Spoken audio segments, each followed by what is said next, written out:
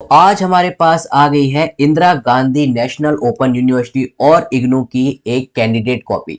इस बच्चे ने मेरे को पर्सनली अपनी कॉपी सेंड करी और पूछा कि सर मेरे मार्क्स कहाँ कट गए हैं, क्या ये सही तरीके से कटे हैं और अगर गलती है तो मैंने कहाँ गलती करी है।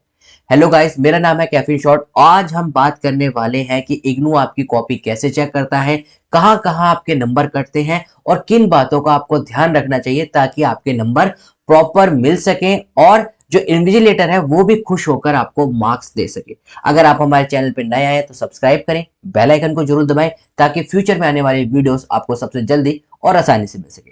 This is caffeine shot, let's get started. तो आइए देखते हैं। सबसे पहला देखिए, यहाँ पर बच्चे ने यहाँ पर सबसे पहला जो क्वेश्चन है आपका है अनोवा।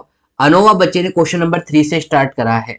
राइट, सेक्शन ए में आपका कितना 10 मार्क्स से क्वेश्चन होते हैं। बच्चे ने स्टार्ट करा है अनोवा से।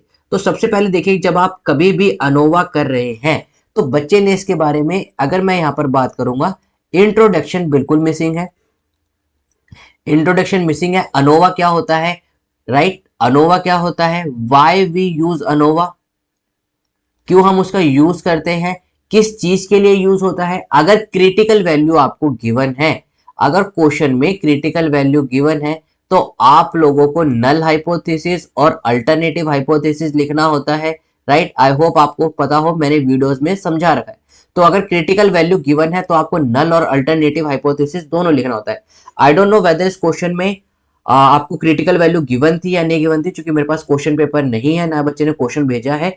आंसर शीट को चेक कर रहे हैं तो यहां पर अगर क्रिटिकल वैल्यू आपको ध्यान रखना, कभी भी क्वेश्चन में गिवन है तो क्वेश्चन को स्टार्ट करोगे उसके बारे में इंट्रोड्यूस करिए, क्या है अनोवा, क्यों यूज करते हैं हम अनोवा को, उसके बाद जाके क्वेश्चन करिए। कभी भी आप शादी में जाते हैं तो डायरेक्ट आप जाते ही लाओ जी लाओ खाना लाओ, लाओ जी लाओ खाना लाओ, ऐसे नहीं करते हैं। चाहे आपको कितनी भी भूख लग रखी हो, no matter how much hungry you are, you should at least wait for the 5 to 10 minute. Right, आप जाते हैं, बैठते हैं, पानी पीते हैं, फिर देखते हैं कौन कौन आया है कौन कौन नहीं आया है, तब आप खाने पे जाते हैं। राइट, डायरेक्ट आप उसी तरीके से कभी भी क्वेश्चन को अप्रोच कर रहे हैं तो पहले इंट्रोडक्शन लिखिए, उसके बारे में बताइए क्या वो क्वेश्चन है, क्या किस तरीके से वो क्वेश्चन का जो आपका मेथड है उसको यूज कहाँ कहाँ करा जाता है, उसके बाद आपको ये चीज लिखनी थी। राइट, तो बच्चे ने यहाँ पर डायरेक्ट करा है, मेरे को यहाँ पर थोड़ा लगा। उसके बाद बच्चे ने जो कैलकुलेशन करी है, I think that is all good. Question number 2, step 2, step 3 बिल्कुल ठीक है, यहाँ पर भी बिल्कुल ठीक है, स्टेप 4 भी ठीक है आपका, स्टेप 5 ठीक है, स्टेप 6 भी ठीक है, स्टेप 7 भी ठीक है। अब देखिए यहाँ पर इन्होंने यहाँ पर खत्म कर दिया है। इनको 10 में से 6 मार्क्स क्यों मिले? पहला, इन्होंने इंट्रोडक्शन नहीं लिखा। सेकंड, इसके बाद यहाँ पर क्या होती है, यहाँ पर आपकी टेबल बनती है जिसके अंदर मैंने आपको बता रखा है, यहाँ पर MSS MSW, यहाँ पर आपकी डिग्री ऑफ फ्रीडम, फिर आपको यहाँ पर करके लास्ट में आपकी कितनी होती है, F वैल्यू होती है। तो ये टेबल नहीं बनाई है इन्होंने। और देखिए सबसे बड़ी बात कि जो एग्जामिनर है उसके पास इतना टाइम नहीं होता है कि वो आपकी एक एक वैल्यू को चेक करे। राइट, जैसे कि 7 स्टेप है तो वो आपकी इस वैल्यू को चेक नहीं करेगा, इस वैल्यू को चेक नहीं करेगा, वो कहां जाएगा, डायरेक्ट आपके क्वेश्चन के आंसर पे जाएगा। क्वेश्चन के आंसर पे वो देखता है कि अगर आंसर ठीक है, डेट मीन्स बच्चे ने ये सारी चीजें क्या कर रखी है, ठीक कर रखी है। और दूसरी बात, जब भी आप आंसर को समराइज कहां करते हैं, आप आंसर की समरी इस टेबुलर फॉर्म में देते हैं जो कि बच्चे ने नहीं बनाई है। राइट, तो टेबल नहीं बनाई है, इंट्रोडक्शन नहीं लिखा है, प्लस उसके बारे में आपने इनिशिएट नहीं करा है, तो बच्चे के यहाँ पर 4 मार्क्स कट गए हैं। तो इस चीज का याद रखिएगा, अगर आप सोच के जा रहे हैं कि जस्ट हमें क्या करना है, हमें सिर्फ और सिर्फ पास होना है, तो अगर आप पास होने के मकसद से जाओगे तो फेल हो जाएगा। जैसे इस बच्चे की मैं कॉपी से देख पा रहा हूं कि ये बच्चा सिर्फ और सिर्फ पास होने के तरीके से गया। राइट, तो यहाँ पर आप देखिए कि क्वेश्चन में क्या क्या रिक्वायरमेंट है। यहाँ पर बच्चे ने टेबल नहीं बनाई है, इंट्रोडक्शन नहीं लिखा है, एंड में समरी नहीं लिखी है कि एफ वैल्यू क्या ही है, किस तरीके से होती है, इफ वैल्यू का क्या मतलब है। राइट, इंट्रोडक्शन में भी प्लस लास्ट पार्ट में जब आप उसको डिस्क्राइब करें कि ये जो एफ वैल्यू आई है ये क्या है, क्या इसके मेजरमेंट है, क्या ये शो करती है। राइट, ये भी तो आप बताओगे। कभी भी आपको क्वेश्चन को कभी भी आप सॉल्व करो एग्जामिनर के लिए, तो उसको ऐसे ट्रीट करिए कि वो बच्चा है, उसे कुछ नहीं पता है। अनटिल अनलेस आप उसको ऐसे ट्रीट नहीं करोगे, आपके मार्क्स पक्का कटेंगे ही कटेंगे। दूसरा ये क्वेश्चन था आपका स्पेयरमैन के लिए आया था। यहाँ पर अगर आप देखोगे बच्चे ने क्या करा है, स्पेयरमैन का यहाँ पर टाइड का फॉर्मूला लगा दिया है। ये जो फॉर्मूला होता है स्पेयरमैन का, ये टाइड का फॉर्मूला होता है, जबकि क्वेश्चन में अगर आप देखोगे कोई भी डाटा क्या है, रिपीट नहीं हो रहा है, यानी कि अनटाइड का फॉर्मूला आना था। अनटाइड का फॉर्मूला क्या होता है, 1 - 6 summation of D square N N square minus 1, ये फॉर्मूला आना था और बच्चे ने दूसरा फॉर्मूला लगा दिया है। और ऐसा नहीं है कि बच्चा बेकार है, हाँ, देखिए क्या रहता है कि जब आप पेपर में बैठते हैं तो आपके ऊपर इतना ज्यादा प्रेशराइज रहता है, ऊपर से 2 घंटे का पेपर रहता है, बच्चे शोर कर रहे होते हैं, यार ये दिखा दे, कैलकुलेटर पहली बार यूज कर रहे हो, हड़बड़ाहट में बहुत ज्यादा गलती होने के चांसेस रहते हैं। इसलिए मैं कहता हूं कभी भी क्वेश्चन करें प्रैक्टिस में, पेपर जाने से पहले कैलकुलेटर को लेके बैठे, ताकि आपको आदत पड़ जाए। बच्चे सोचते हैं कि हम डायरेक्ट एग्जामिनेशन में कैलकुलेटर का यूज कर लेंगे, जल्दबाजी में क्या होता है, 5 की जगह 6 दब जाता है, 5 की जगह 7 दब जाता है। फॉर्मूला कौन सा लिखना था आपका, अनटाइड का, बच्चे ने देखा ही नहीं, क्या लगा दिया, टाइड का फॉर्मूला। पूरा क्वेश्चन देखिए गलत हो गया, जबकि बच्चे ने यहाँ पर देखिए स्टेप्स भी लिखे हुए हैं। बट अगर आपका आंसर ही गलत आया है तो फिर स्टेप्स के मार्क्स क्या। बच्चे कहते हैं सर स्टेप्स के मार्क्स मिलेंगे, स्टेप्स के मार्क्स तो तब मिलेंगे जब आपने क्या कर रखा हो, सही आंसर कर रखा हो। वो आपसे पूछ रहा है ताजमहल के बारे में, राइट, और आप बता रहे हो उसको चार मीनार के बारे में। अब आप कहो सर मॉन्यूमेंट तो है, ये मॉन्यूमेंट तो है, लेकिन हमने पूछा क्या है, लगना चाहिए था आपका अनटाइड का फॉर्मूला, लगाया आपने टाइड का फॉर्मूला, लेकिन सर स्टेप्स तो लिखे हैं, स्टेप्स के मार्क्स। जब आंसर ही गलत है तो स्टेप्स के मार्क्स देके क्या करेगा। और यहां पर देखिए प्रूफ हो रखा है, एग्जामिनर ने क्या दे रखा है, 0 मार्क्स दे रखे हैं, बिल्कुल ठीक, राइट। तो यहां पर इस चीज का ध्यान रखिए आप कि जब भी क्वेश्चन को करिए, एग्जामिनर को बहुत अच्छे से ट्रीट करिए। जो आपकी हैंड राइटिंग है that should be very digit, एकदम साफ होनी चाहिए, बिल्कुल क्लियर होनी चाहिए। यहाँ पर देखिए बच्चे ने उसके बाद क्वेश्चन नंबर डायरेक्ट 6 में चला गया है सॉल्यूशन का। आई थिंक ये काई स्क्वायर का था, तो काई स्क्वायर में बच्चे को 6 में से 6 मार्क्स मिले हैं यहाँ पर। आई थिंक ये भी 6 मार्क्स बच्चे के काफी ज्यादा दे दिए हैं। अगर मैं आपको लॉजिकली बात करूं तो बच्चा यहाँ पर 4 मार्क्स डिजर्व करता था। वाई, देखिए बच्चे ने पहली बात यहाँ पर काई स्क्वायर किस लिए यूज होता है वो नहीं लिखा।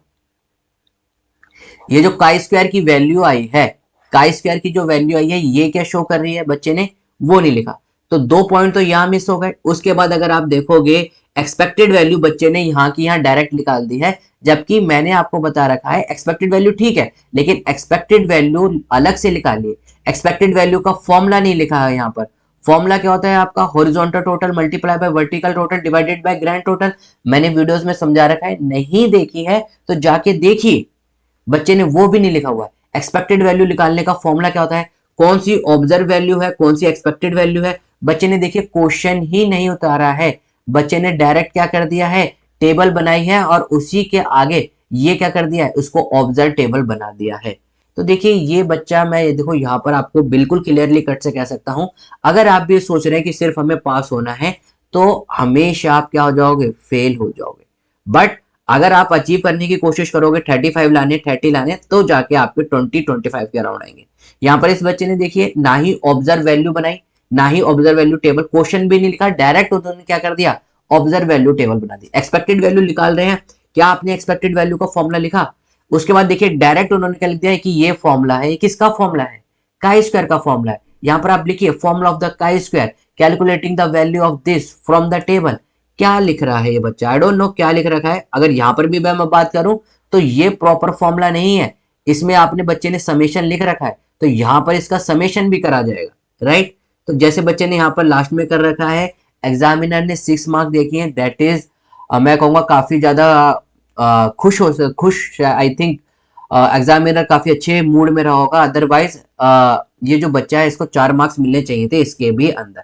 आपको स्टेप्स अलग लिखने हैं, स्टेप्स उसके साथ नहीं लिखने। पहले आप क्वेश्चन को सॉल्व करोगे, उसके बाद step 1, step 2, step 3 and so on.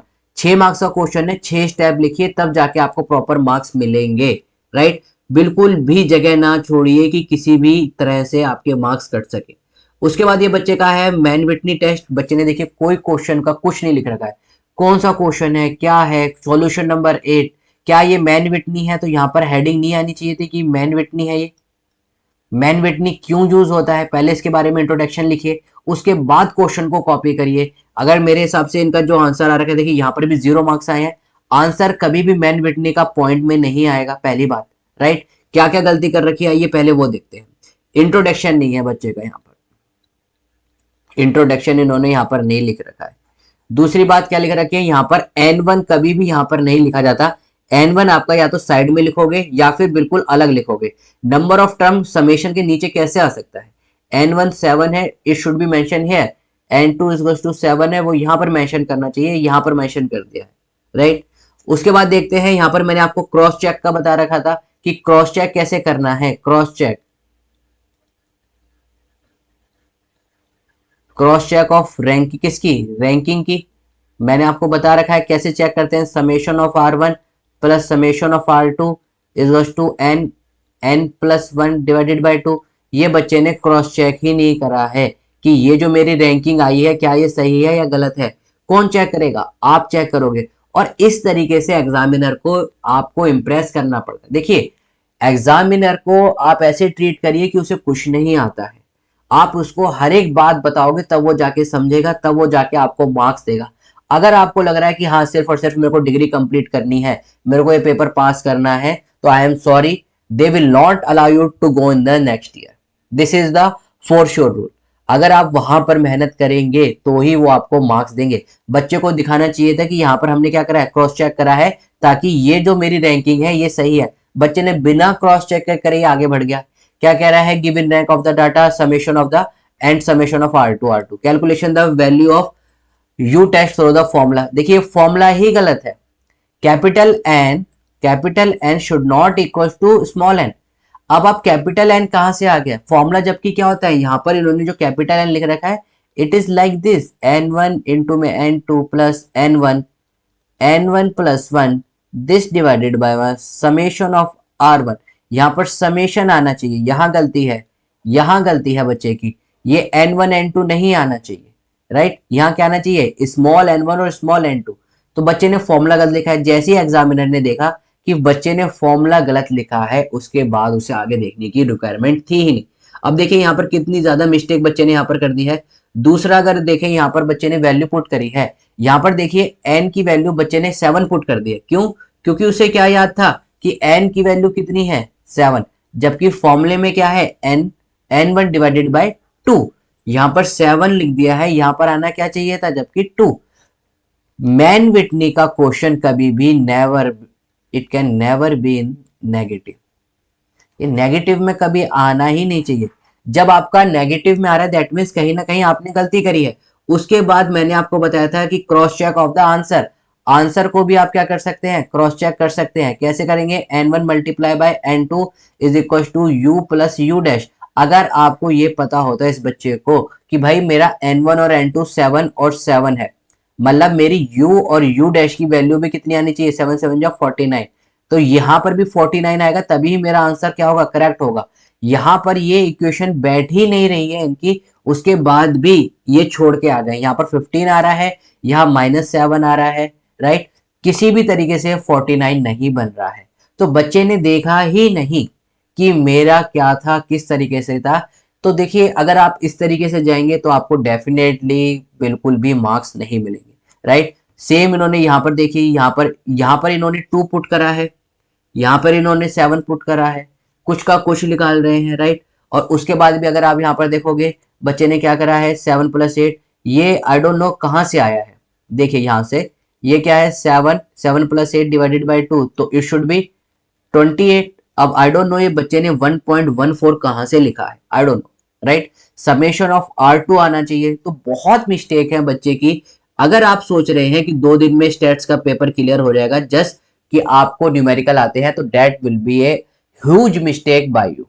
Hypothesis testing की बात करते हैं। देखिए यहाँ पर इनको 3 में से 3 मार्क्स मिल गए हैं। मैं पढ़ूंगा नहीं, क्योंकि 3 में से 3 मार्क्स मिल गए हैं तो फिर इसमें कोई डाउट रहता नहीं है। उसके बाद देखिए यहाँ पर इन्होंने क्या लिख रखा है? Question number 11। यहाँ पर इन्होंने फॉर्मूला सही लिखा है, y is to mx plus B. बिल्कुल ठीक है, ये फॉर्मूला भी इन्होंने ठीक मिला है, तो उसका उन्हें सही आंसर मिल गया है। लेकिन क्योंकि इन्होंने यहाँ पर एक्सप्लेन नहीं करा है, देखिए मैंने आपको पहले बता रखा है, अगर आपको फॉर्मूले आते हैं तो they will give you marks, but इसको अगर वो एक्सप्लेन करते तो इनको और अच्छे, इट में पॉसिबल 2 या फिर 2 और आधा मार्क्स, 2.5 मार्क्स मिल सकते थे। बट बिकॉज इनको लगा कि हाँ ठीक है, हमारे तो न्यूमेरिकली ठीक हो जाएंगे, अब रिक्वायरमेंट नहीं है। When you think like that कि हाँ अब हम आराम से पास हो जाएंगे, तो definitely you will be in the failure section. Question number 12 की बात करते हैं। स्कैटर प्लॉट में इन्होंने कुछ नहीं लिखा है। It is a set of the data which is scattered. Set of data which is scattered, बिल्कुल नहीं, ये तो बिल्कुल गलत है, राइट। सेम उसी तरीके से इनका क्वेश्चन नंबर 7 भी गलत हुआ है। तो देखिए गाइज, अगर आपको लग रहा है, ये आपके सामने एक लाइव एग्जांपल है, अगर आपको लग रहा है कि आप विदाउट प्रिपेयरिंग, विदाउट मेहनत के पास हो जाएंगे, तो it's a huge no, right. You should prepare well in, specially in the states exam. अगर आपको कोई भी डिफिकल्टी, आप हमारे टेलीग्राम चैनल पे अप्रोच कर सकते हैं। Lots of video already uploaded in my YouTube channel.